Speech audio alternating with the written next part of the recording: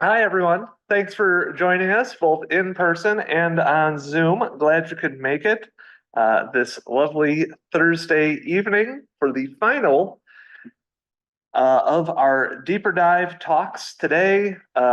Ditches to dishes. We will be talking about beer tonight.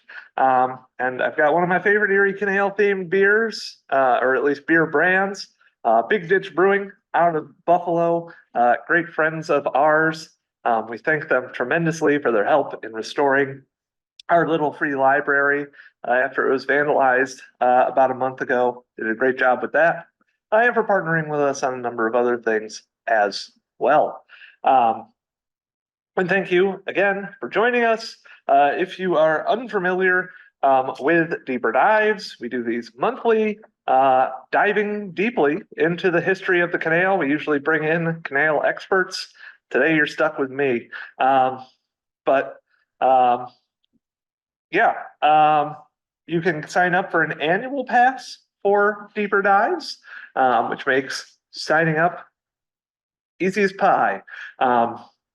For all deeper dive sessions. And you'll get all of our former deeper dives this year as well. You can also do that for our lunchtime lecture series. So let's get started. All right, so beer and the Erie Canal. The Erie Canal does a lot to transform beer production and beer consumption in New York State and in the United States of America.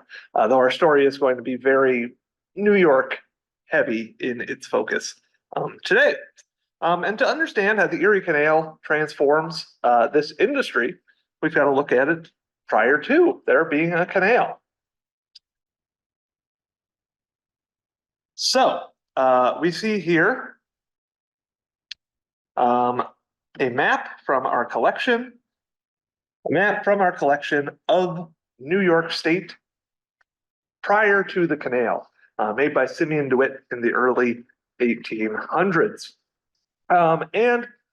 We can see, importantly, up in this northern kind of bump of New York State, a series of mountains, those are the Adirondacks, and down here, the Catskills. Geography is going to be very important to this story. For one, the gap between those two sets of mountains is the Mohawk River Valley, an incredible natural transportation route. That and the Hudson River Valley are the only point in the Appalachian Mountains between Georgia and Maine under 600 feet in elevation. This bit of geography is very important because it allows for easy transportation. But also, the geography of New York is uniquely situated to allow for alcohol production of almost all types. The Genesee and Mohawk River valleys have fertile soil and easy access to water, which is necessary for growing things like barley and corn, which you need to produce alcoholic beverages like whiskey. The Finger Lakes famously have a unique microclimate that is great for grape growing, and therefore ideal for winemaking. Meanwhile, Lake Ontario, less well known, has an excellent microclimate for growing fruits. So things like apples, pears, etc., all of which can be turned into cider. And then finally, the hills, especially of central New York and south of the Mohawk River Valley, are ideal climatically for growing hops. They're just the right elevation and temperature overall. So yeah, it's great for producing the ingredients for alcohol. There's also a lot of clean water in upstate New York. So let's talk about the production of alcohol prior to the canal. Obviously, what is now New York was largely owned before colonization by the Haudenosaunee Confederacy, which prior to European contact, had no real history with alcohol. It's the Dutch who first bring alcohol to the colony of the New Netherlands at the time. And the Dutch, this is going to be important throughout, various ethnicities of migrants who move into New York really determines kind of what type of alcohol is being produced. And the Dutch, they enjoy a good beer as well as whiskey. And they soon after settling in the Hudson River Valley, start producing breweries. If you go to the New York State Museum, you can actually see the remains of an Albany area brewery from the 1600s that was recovered during archaeology. However, once the English come in, late 1600s, over the next century, English drinking preferences are more towards rum, wine, and brandy. So beer production really falls off in the English colony or the British colony of New York. That said, you've got a lot more settlement in the Hudson Valley and up the Mohawk River Valley. People are largely subsistence farmers in the Mohawk Valley. And you have a number of different ethnic groups settling in the Mohawk Valley, including Dutch, Palatinate German, and Scotch Irish, all of whom enjoy things like beer. So there was definitely home brewing going on at that time. Also, it should be noted that alcohol was, during this time period, being weaponized by colonists to dispossess indigenous peoples of their land, often being traded or people being plied with drink to enter into unfair business contracts. All right, so that all kind of leads us to the construction of the Erie Canal. So the reason those folks in the Mohawk Valley are producing mainly home brews is because transportation networks in the Mohawk Valley, while it's a pretty good transportation route, it still had its issues. Its waterfalls and its rapids, they could not produce for markets. And this was an issue for many of these settlers. They wanted to increase their wealth, etc., and access to markets. So they began demanding a new and improved transportation system, which will ultimately end up being the Erie Canal, connecting the Hudson River to Lake Erie. All right. And alcohol will play an important role in constructing the Erie Canal between 1817 and 1825.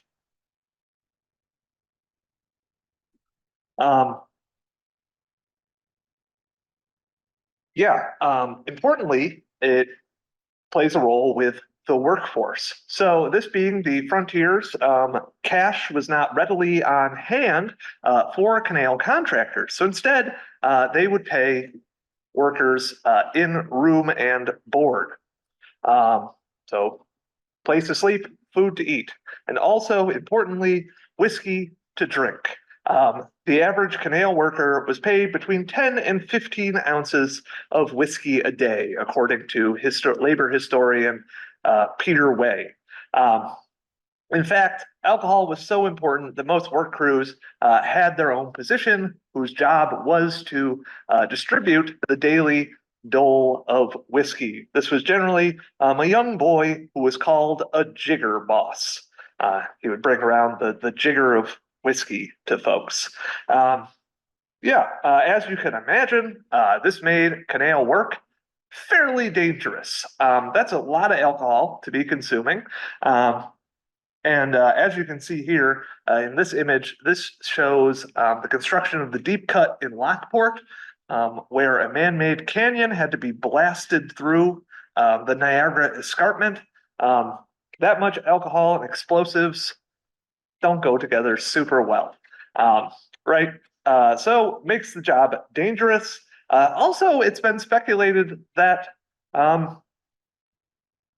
making your workers incredibly dependent physically on alcohol makes it so they don't leave this horrible job, or at least they have an incentive not to. There are also legends, so they are unsubstantiated on the canal, that as the canal was nearing completion, foremen on the canal job to encourage their workers to dig faster would place a barrel of whiskey where they wanted to dig to for the day. And once they had reached that, they could enjoy the contents of the barrel. So, yeah, it plays a major role in the labor needed to build the canal, but it also plays an important role before the canal is fully opened. You see, sections of the canal had started to be completed by 1820. First 90 miles, and they kept opening up more and more as the years went by. This made it so you could more efficiently reach markets, but not so efficiently that low-priced commodities like grain could just be competitive in markets like New York City on their own. Instead, grains would often be converted into whiskey, which had a higher price point at markets. So you could easily send it down the canal. Whiskey also doesn't spoil in like grains do. So you could ship to market. And tolls were, of course, collected on the whiskey, which helped pay for the Erie Canal in many ways. So, yeah. And we see as the Erie Canal opens, people start moving to its banks, and they almost immediately start building breweries as a result. So here's the canal. Even before the canal was open, breweries start springing up on the banks of the Erie Canal. A few notable ones are at the termini, I guess, of the canal. In the early 1820s, an English immigrant by the name of John Taylor will open a brewery in Albany at the intersection of the Erie Canal and the Hudson River, allowing him and his brewery access to both all of the westward route of the Erie Canal and the southerly route of the Hudson River. Keep that in mind. It will be important later. On the other end of the canal, in 1824, the brewery of Cane, Peacock, and Relay opened in Buffalo, becoming that city's first ever brewery. An important name to note there is Peacock. I'm not sure if it is William Peacock, but I'm sure it is at least a relative of his. He was a somewhat important surveyor and engineer in the construction of the Erie Canal. Then another place where a canal side brewery opens in the canal corridor is in Syracuse. We'll be looking a lot at Syracuse today as kind of a case study. In 1824, Syracuse gets its first brewery right here. 1824, the brewery of Kellogg and Morey is founded right alongside the Erie Canal. You can see it is at where the canal passes over Onondaga Creek, so it has access to fresh water. And this site will be important throughout the history of Syracuse as a important brewing area. Yeah, by 1845, there are 102 breweries in New York. So you can see massive growth in brewing during these first 2 decades after the canal opens. However, it will really enter its golden age, if you will, brewing in New York after this period, when you have a major influx of immigrants starting in the mid-1840s. So as soon as the canal was opened, many immigrants began moving into upstate New York and settling and working along the banks of the Erie Canal. There was a lot of economic opportunity offered by the canal. So that's a big, pull factor for immigrants. Generally in immigration, you talk about there being push and pull factors. So all this economic opportunity, good pull factor, but also Europe in the 1840s was having a real moment, if you will. 2 major things were happening. One, early 1840s, you've got the potato blight is striking Europe, most notably Ireland, and the Great Hunger there causes possibly millions of Irish immigrants to move to the United States, many of them stopping at New York City and then following those natural waterways and the canal further into New York State. You've also got the revolutions of 1848, these liberal revolutions rejecting kind of autocratic monarchical rule. Those end up being brutally suppressed, especially in Central Europe. So the various German states, Northern Italy, Bohemia, or what's now the Czech Republic, etc. So a lot of immigrants flee following the failure of those revolutions. So you've got a lot of Germans coming in as well. So yeah, lots of Irish and lots of Germans start moving into New York State in the 1840s. And each of those cultures drink a decent amount of beer. However, they have different tastes in what beer they prefer compared to previous immigrants, most of whom were English. The English prefer ales and porters. Meanwhile, Germans prefer an entirely different type of beer, the lager beer they bring with them. Those Bohemians I mentioned come from places like Pilsen, bringing with them Pilsners. You've got immigrants from the Czech town of Budweis, right? Home of Budweiser, etc. Start moving to America. So yeah, you've got lagers. Irish, meanwhile, prefer darker beers, stouts, and porters. And there's enough of these Irish and German immigrants that you have entire breweries springing up to cater to the tastes of these different ethnic groups. And so these different ethnic groups leave an indelible stamp. This is a great image from our collection. It's from a German newspaper showing the canal in Buffalo. As is the case today, still, immigrants are often marginalized to less desirable parts of cities that they live in. And we see that here in Buffalo. The area around the canal became a heavily German area because the canal, I mean, you can kind of see it. It's a sort of dirty, grimy place. You can't smell this picture, but I imagine not great either.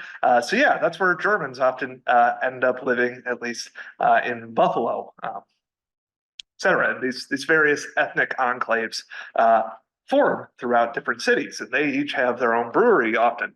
Now that there's all these people drinking beer and the Erie Canal is really going full force, you have a major,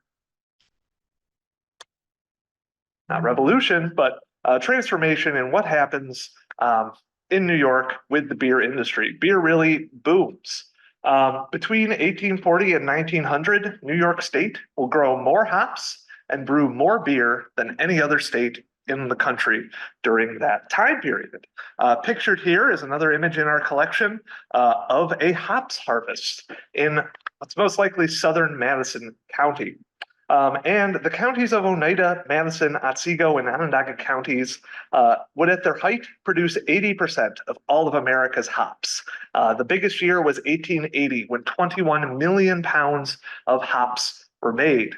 And the hop harvest was a huge moment every year for everyone. You could make a lot of money. Hops had a pretty high selling point on them. You would actually see demographic shifts in towns like large towns like Syracuse and Utica. Noticeable amounts of the population would go south to go into the hills and harvest hops. Hop festivals were a big thing.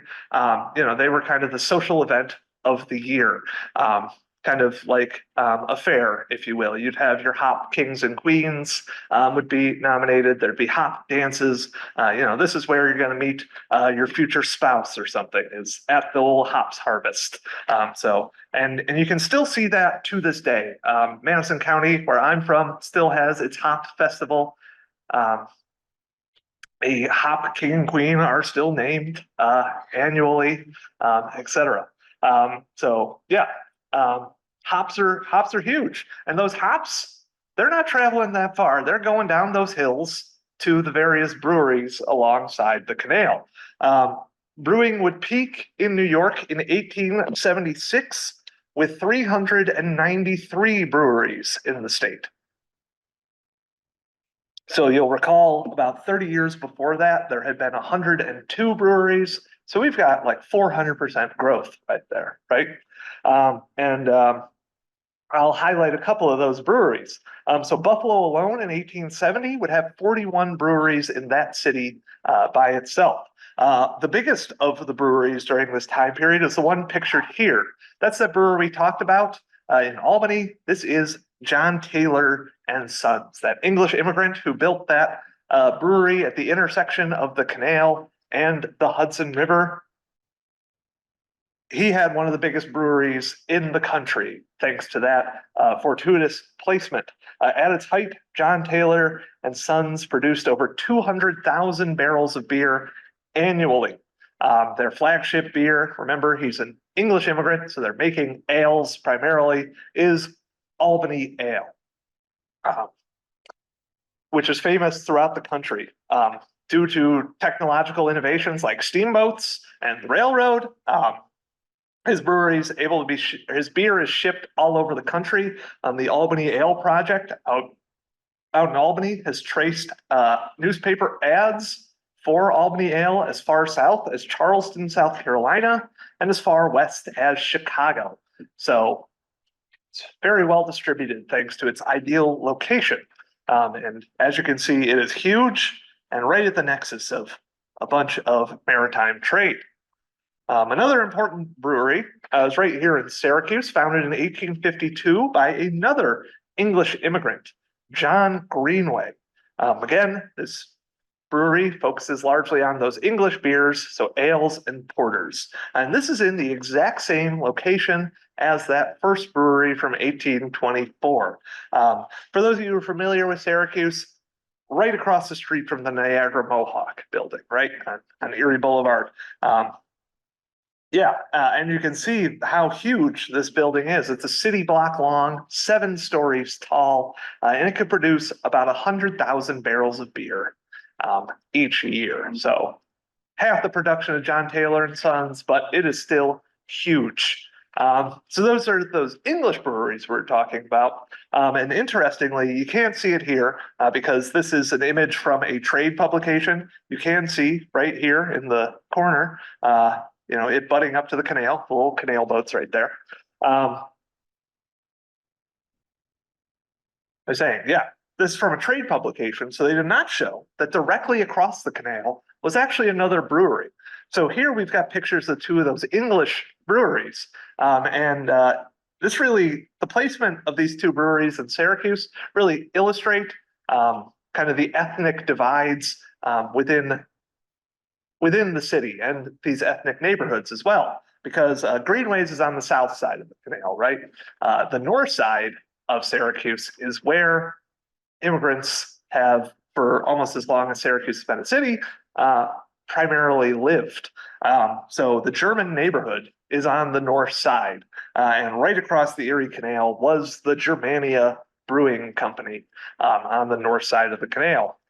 Which would eventually be bought by Herman Bartels and renamed Bartels Brewing. Here's a coaster we have in our collection of Bartels. They're making, lagers, German beers. Also, notably in 1858, Haberle's is founded in Syracuse as well by Benedict Haberle, who was fleeing from the revolutions of 1848 himself. They would become famous for their Congress brand of beer. But it's not just the big cities that are building these breweries either. Every town kind of along the canal is going to have their own brewery, often located right on the bank so they can take advantage of the transportation route. But these are much smaller. They're not producing 200, 100,000 barrels of beer a year. They're usually producing much smaller quantities for their kind of township and the surrounding area.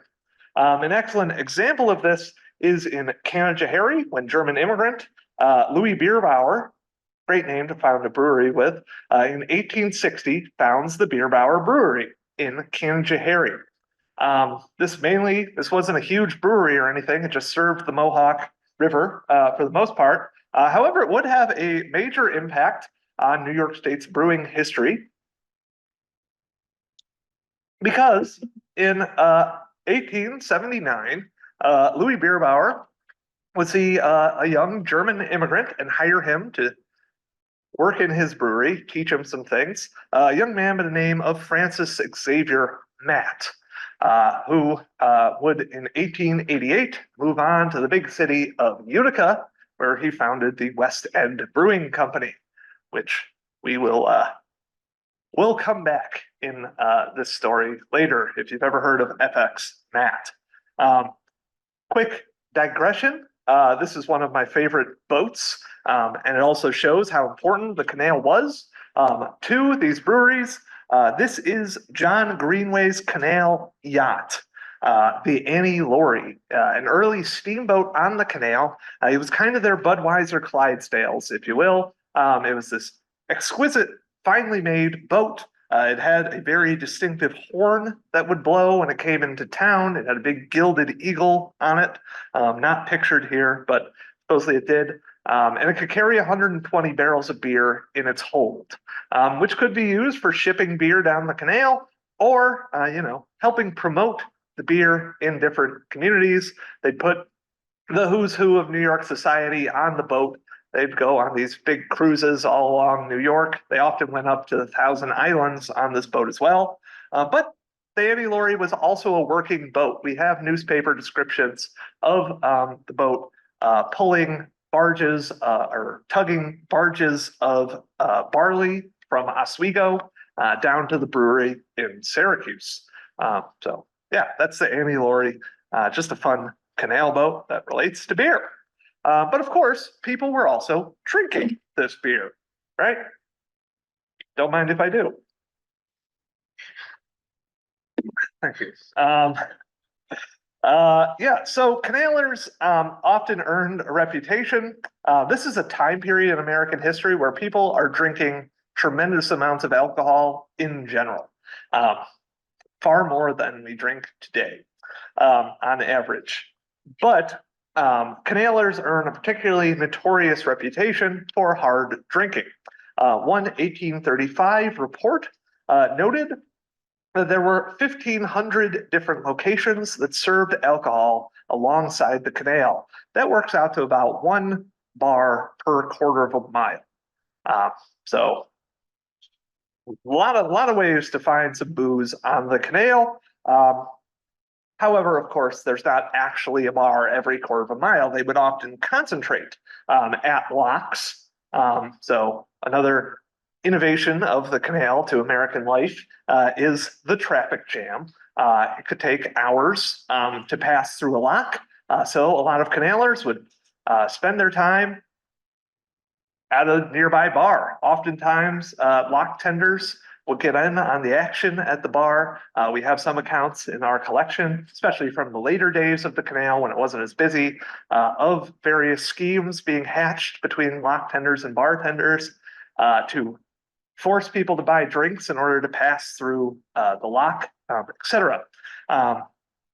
This is also the early days of eminent domain for building public works projects. Oftentimes, if a lock was going to be constructed on your property, the state would pay you nothing because they reasoned you could build a store and a bar to service the canalers and recoup any losses you had made. There's some interesting accounts of that, including some farmers who were like on the Shenango Canal who were like, well, I'm a farmer, not a bartender. I'd prefer not to become a bartender, right? But they did. The state said tough luck, I believe, on that end. I would also concentrate in the cities. Syracuse had its infamous Packet Boat Alley just a few blocks from here, which had a number of bars and houses of ill repute, etc. But the two most notorious places on the canal were the two termini of the canal. Buffalo in the west And in the east, Albany is the terminus of the canal, but there was actually a shortcut down to the Hudson at Troy, which is pictured here, the terminus at Watervliet or West Troy, which became particularly infamous.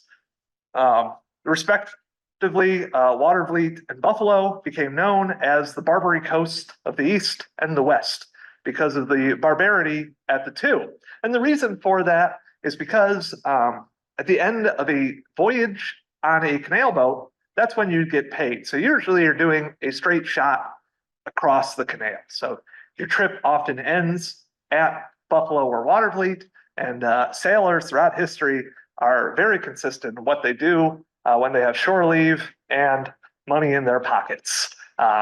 They'll head on down to a bar, oftentimes. Buffalo becomes notorious because it's also the end of Great Lakes sailors' trips who have the same sort of thing going on. Great Lakes sailors and canalers apparently have a fierce rivalry amongst each other, often getting into fights in the area, etc., at the bars. And Watervliet, meanwhile, gets a nasty reputation. One newspaper account is quoted as saying that there were 100 fights a day and one body a week found in the canal. Not great, right? Some of the bars had, innocuous names like the Bank and the Friendly Inn. The Bank reminds me of when I was in college, we had a bar called the Study Hall. And they'd have, drinks that were like the Great Gatsby and stuff. So you could lie to your parents when they saw your credit card that you'd been at a study hall, just bought a book or something, right? That might be what the bank's going for there. But then there were other ones that were less friendly. You've got the Black Rag and my favorite, the Tub of Blood, for bar names in Watervliet. A bar where you should just be expecting to get in a fight if you enter, I think, with that name. But that leads us to an important point. So 100 fights a day, one body a week found in a canal is not a healthy society, right? There are a lot of issues that arise out of kind of the rampant alcoholism we see at this time period. In addition to kind of the flowering of beer brewing and alcohol production and consumption along the canal, you also have other corresponding movements happening. You've got what's called the Second Great Awakening, this religious movement that sweeps along the canal. And it inspires a number of reform movements where people are hoping to make society better in this new world that the canal is kind of building. And one of these movements is the temperance movement. So temperance initially starts, right? People are mainly taking personal temperance pledges and oaths, saying, I will drink no alcohol, or sometimes even just less alcohol. An early temperance movement is to try to convince people to drink more beer rather than hard liquor. If you recall how this talk's gone, people were drinking whiskey a lot at the start. Hopefully, an early temperance movement is drink more beer instead of liquor. You won't get as drunk. And there's a lot of issues with alcohol. Sometimes you're not getting in a fight at the Tub of Blood. Instead, canalers are bringing those violent impulses home with them. You've got a lot of domestic abuse.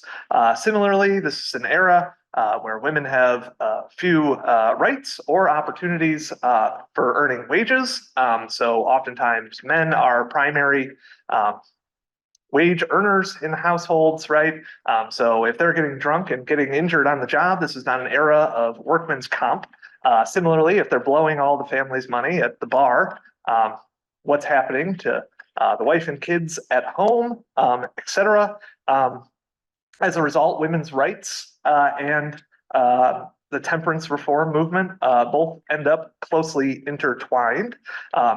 Also, a lot of these bars, especially in cities, become very closely associated with prostitution, which is kind of another area where women's rights reformers are trying to change things as well. And yeah, you're going to start seeing developing along the banks of the canal things like this in our collection. The home temperance restaurants bringing up. So if you've taken a personal temperance pledge and don't want to be tempted at, the black rag when you try to get your dinner for the night, you can go to the home temperance restaurant. You also have temperance hotels and stuff. So you can stay with other people of a like mind and avoid demon alcohol, right? But eventually people are going to move on beyond just personally trying to stop drinking, try to force other people to drink less as well. We begin with things like blue laws. So laws that are passed to reduce how much alcohol people consume or limit their ability to purchase or produce alcohol. This building we're in, the Waylock building in Syracuse, is actually part of that story, right? A pro-temperance government can set tolls on goods that are used to produce alcohol at a higher rate, and which would discourage, theoretically, the production of alcohol. Another noted blue law that gets passed is one that says you have to buy a meal if you buy alcohol. The hope being you buy less alcohol because you have to spend some of that money on food. However, this angers a lot of bar owners. And we looked at that German neighborhood, right, along the canal in Buffalo. What does that say? Oh.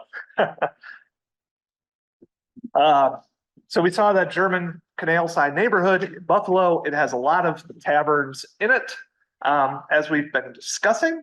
And these German tavern keepers have an idea. They think back to their historic foodways, right? And in German culture, roast beef is pretty important meat. And they also have the Kummelweck roll, which is just encrusted in salt. Similarly, roast beef has a lot of salt in it as well. And thus is born the beef on weck sandwich. So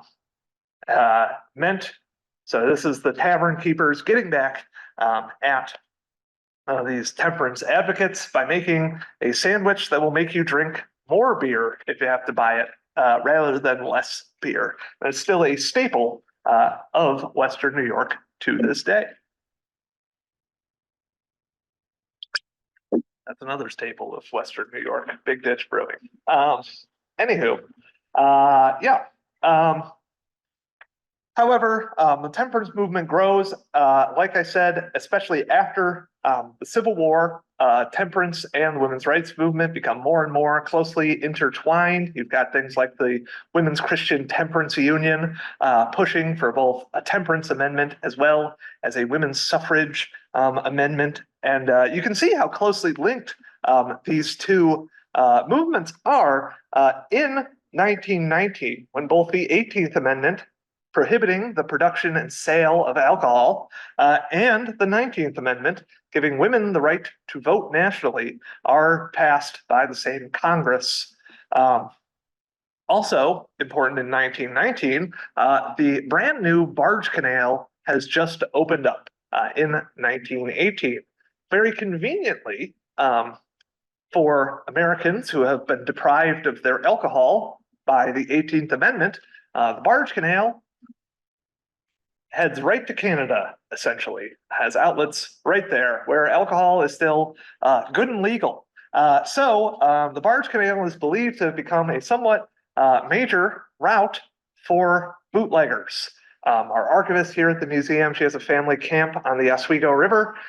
They have a cave located on the other side. The Oswego River is part of the barge canal system that they call the beer cave, where it's believed bootleggers hid illicit beer during Prohibition. We also have accounts like a brewery in Rome that would just keep illegally producing alcohol. I believe they got busted something like 5 different times for illegally making alcohol. They just go back and do it. So this is, of course, bad for New York State's breweries business. Many just close when prohibition happens. Others move to alternate products, many of them related to drinking still. You've got a lot of breweries make ice. Also, some start making soda, and other make products called near beers.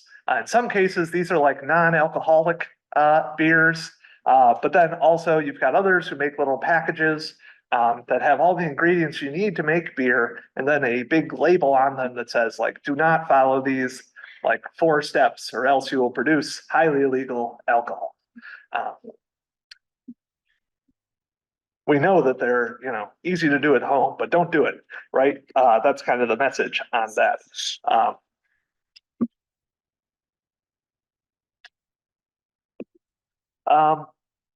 So, as you can tell from the beer I just opened up publicly, prohibition didn't work too well. It will be repealed in 1933 with the 21st Amendment. This is an early reform of the New Deal and the new FDR administration. It's believed that someone in the Roosevelt administration was good friends with the gentleman we met about 50 years earlier in Canajoharie, FX Matz, who's running that West End Brewing Company in Utica.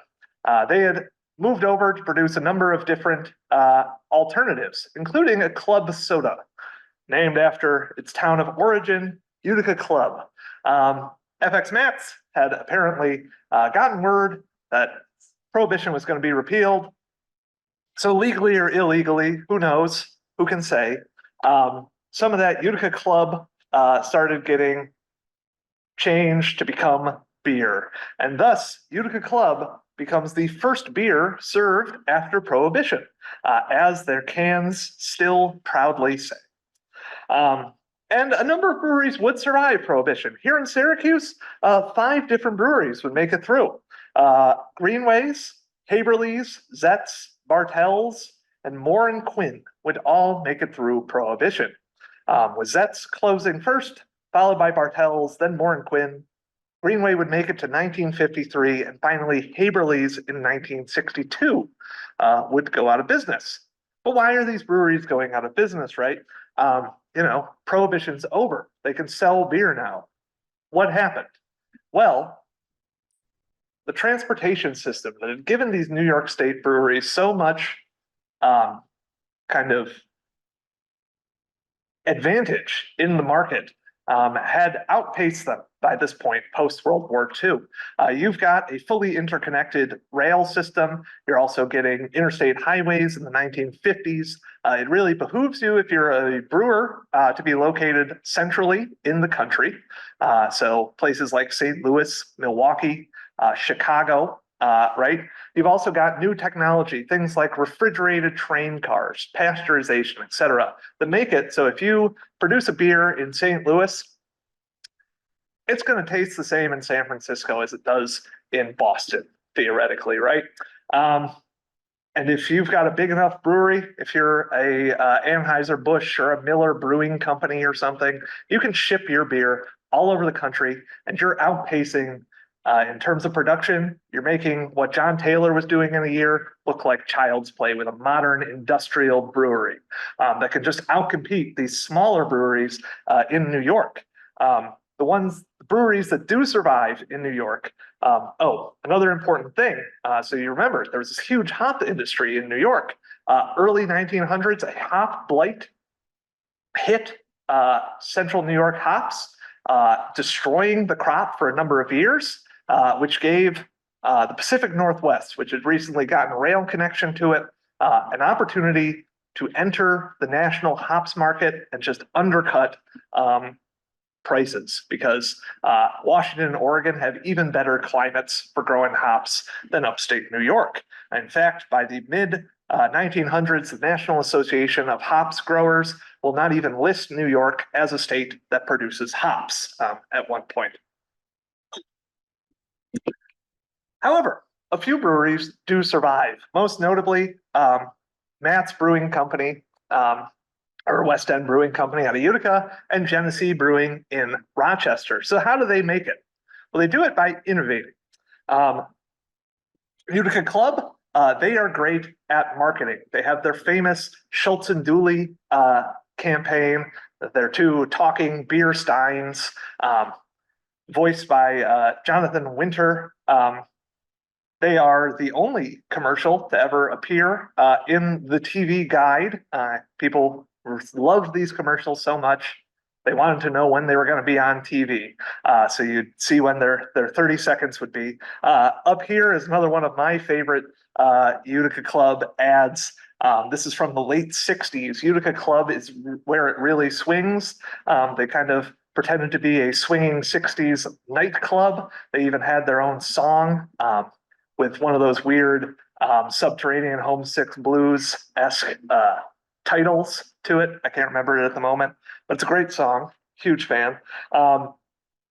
Meanwhile, Genesee really innovates with the types of beer they produce. They will make a couple of groundbreaking beers in the late 50s, early 1960s, coming out with Genesee Cream Ale and Genesee Light. Light beers are unheard of, really, in America at this time. Cream ales, meanwhile, give you a different kind of flavor option. Genny Creams actually win in 1962 a gold medal for best beer in America at the American Beer Festival, which is incredible because, Genny Creams were what I'd buy in college for 12 bucks a 30 pack, right? They are nowadays not well known for being great, but back then they were a very innovative beer. Utica Club also follows along with that trend. They make light beers and cream ales. They also come out with Maximus Supers, which are kind of the Four Locos of the 1970s. They're banned in Vermont at one point, which is a great moment for them because everyone needs to drink the banned beer now, right? However, by the late 70s, even these beers are kind of starting to really struggle to stay relevant. Your Budweisers, they can make light beers. Budweiser's famously made a pretty successful one. Miller Lights, Coors Light, they're all coming out. They're making light beers. Also, like the Budweiser ad in the Super Bowl, must watch TV, right? Utica Club can get lucky with Schultz and Dooley type campaign. They can't keep that up. Budweiser, meanwhile, has a budget infinitely larger for their marketing department than these breweries. So they can make good advertising campaigns too. But luckily for these two breweries, this gets placed in trouble. Haverly's, which had survived into the 1960s, one of Haverly's grandsons takes over the company. He has a business degree.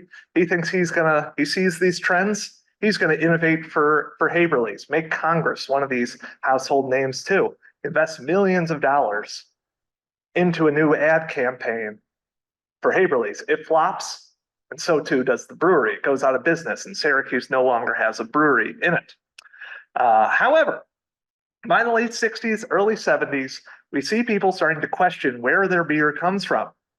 Why does it all taste the same, kind of? You drink a Bud Light, a Miller Light, Hamm's Light.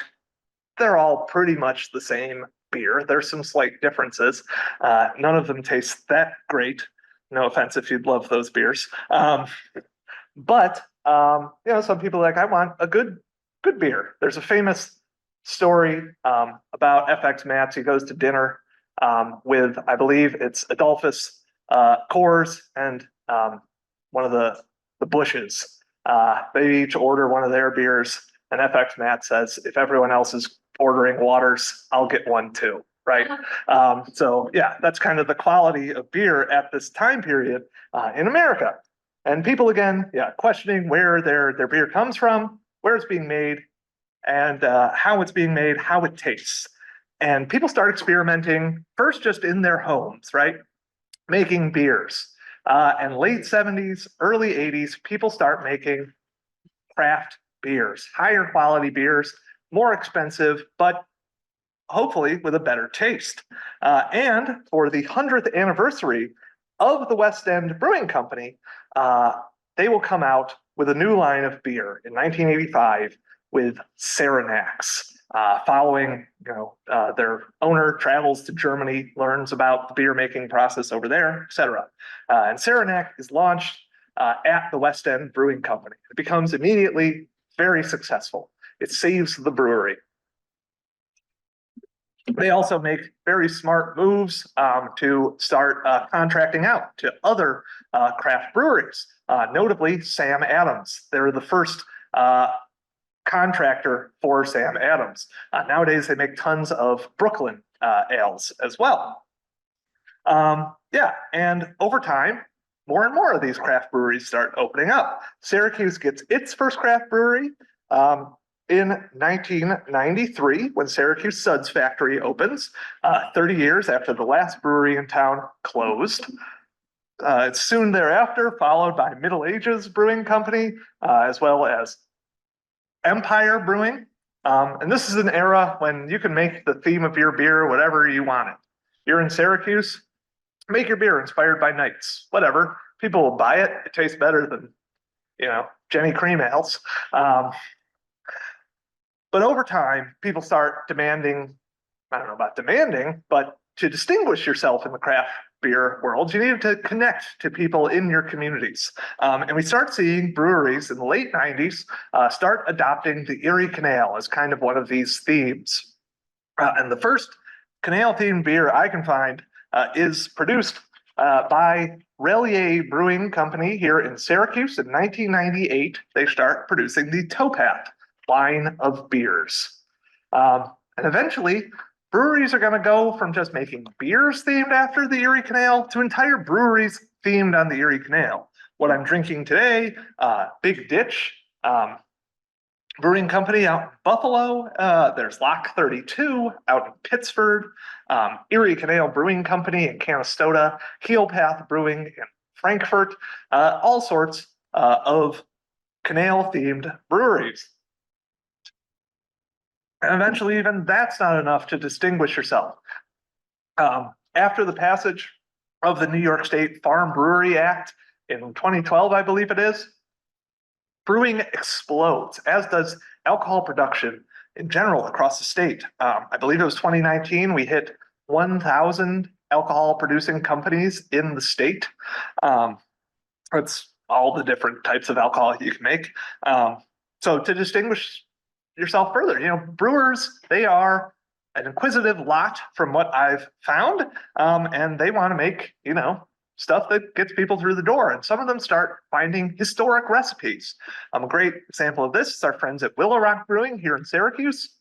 They worked with the Onondaga Historic Association to bring back Haberly's flagship beer, Congress, which you can still get to this day. I think they're going on 5, maybe 6 years at this point in producing Congress again. Then, there's some places that are embracing the exact history of their site. Specifically, who I'm talking about is Talking Cursive Brewing Company. Founded in 2017 and 2019, they opened up their tap room in that historic site that's been a brewing place in Syracuse history for so much of its history. Right there at the intersection of Erie Boulevard and Onondaga Creek, Talking Cursive opens. They still have the foundations of the canal in their basement, right across from the Niagara Mohawk building. And 2021, this nerdy guy from the Erie Canal Museum went over and was like, hey, the history of your site, right? You want to make a beer based on the historic beers that were produced there. And thus was born a great collaboration between the Erie Canal Museum and Talking Cursive. First, with their good old pale ale. We've also worked with Willow Rock Brewing to make a beer as well. So yeah, you've got some breweries really embracing their local history. Should also be noted that the Erie Canal has been playing a major role in the actual production of beer as well. Notably in 2017, when these 20-some brewing tanks for Genesee Brewing, as they revamped the brewery, were transported via canal as they were too big to travel down the thruway or the train tracks. So that was an impressive moment in canal history. Communities are embracing these vibrant new breweries in their towns, as well as the opportunities offered by the Erie Canal, as evidenced by our great Beers, Bikes, and Barges series here at the Erie Canal Museum, a series of bike tours where you learn about history for an hour and then get a beer included with your ticket at the end. The schedule just was released earlier this week, so check those out.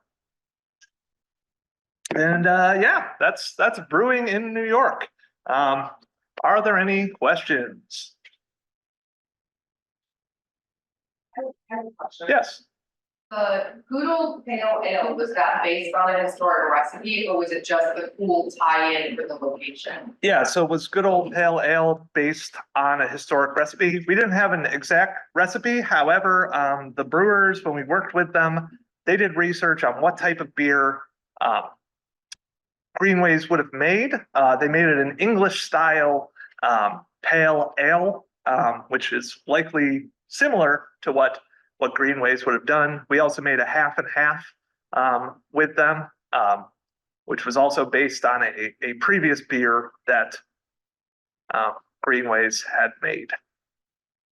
That other beer we had with Willow Rock, that was a wheat beer. It was called Canal Collapse, and it commemorated when Greenways Brewing and a flour mill collapsed into the canal together, thus combining, beer and wheat. So, any other questions? What year was the hops like? Early 1900s. It hits for a few years. Okay. All right. Well, cool. Right at 6. Look at that. I didn't go long on one of these at least. All right. Well, thanks for watching, folks, and take care.